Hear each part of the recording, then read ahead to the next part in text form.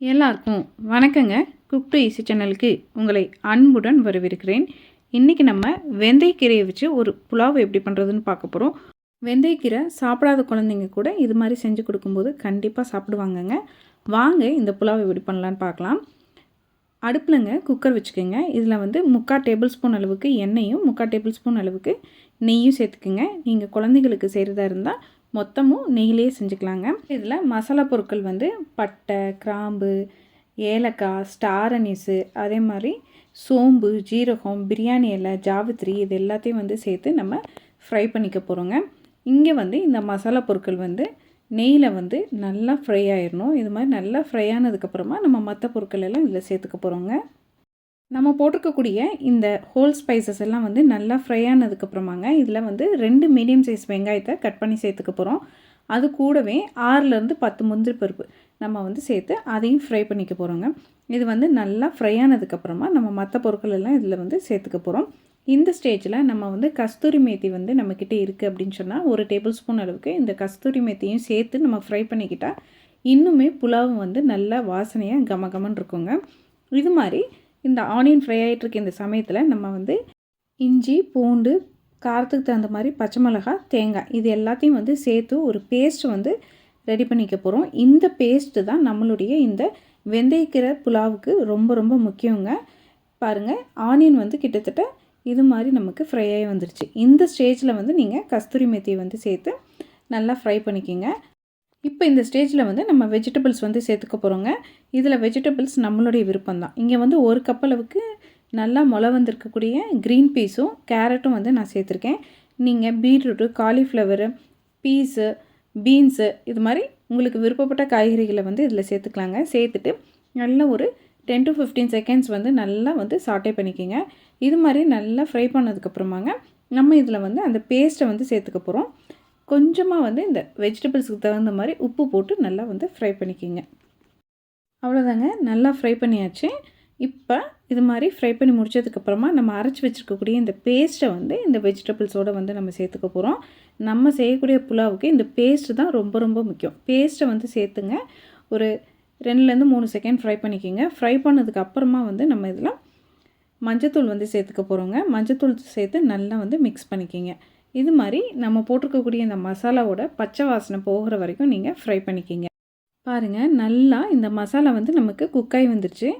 நீங்கள் வீடியோவை பார்த்தாலும் நல்லா தெரியும் உங்களுக்கு. அதில் இருக்கக்கூடிய இந்த நீர்ப்பதெல்லாம் போய் நமக்கு சூப்பராக குக்காய் வந்துருச்சு. இப்போ இந்த ஸ்டேஜில் என்ன பண்ணுறோம் அப்படின்னு சொன்னோம்னா, ஒரு மீடியமான கட்டு இருக்கக்கூடிய வெந்தயக்கீரை எடுத்து நல்லா க்ளீன் பண்ணி வச்சுக்கோங்க. அந்த வெந்தயக்கீரையை இந்த மசாலாவில் சேர்த்து நல்லா ஃப்ரை பண்ணிக்க போகிறோங்க.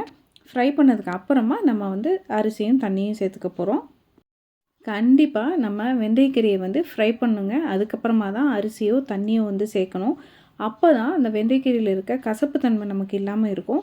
நல்லா வெந்தயக்கீரையை ஃப்ரை பண்ணிக்கோங்க. இது மாதிரி ஃப்ரை பண்ணதுக்கு அப்புறமா நம்ம இதில் 1/2 கப் அளவுக்கு சோனா மசூரி ரைஸ் சேர்த்து நம்ம மிக்ஸ் பண்ணிக்க போகிறோங்க. இங்கே இதை நீங்கள் பிரியாணி ரைஸ்லேயும் செய்யலாம், ஜீரக சம்பா ரைஸ்லேயும் செய்யலாம்.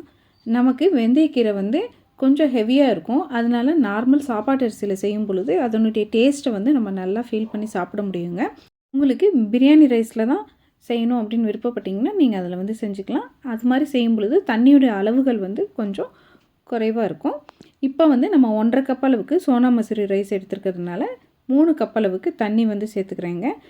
தண்ணி சேர்த்து நல்லா மிக்ஸ் பண்ணதுக்கப்புறமாங்க நம்ம இதில் இந்த புலாவுக்கு தேவையான அளவு உப்பு சேர்த்துக்க போகிறோம். அதே சமயத்தில் இந்த புலாவுக்கு நம்ம கரம் மசாலா தூள் 1 டீஸ்பூன் அளவுக்கு சேர்த்து மிக்ஸ் பண்ணிவிட்டு நம்ம இதை குக் பண்ணி எடுக்க போகிறோம்.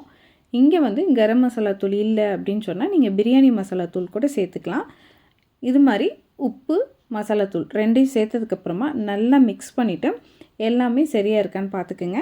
அதுக்கப்புறமா நம்ம இதை குக்கரில் எப்பயுமே சாதம் வைக்கிற மாதிரி வைக்க போகிறோம்.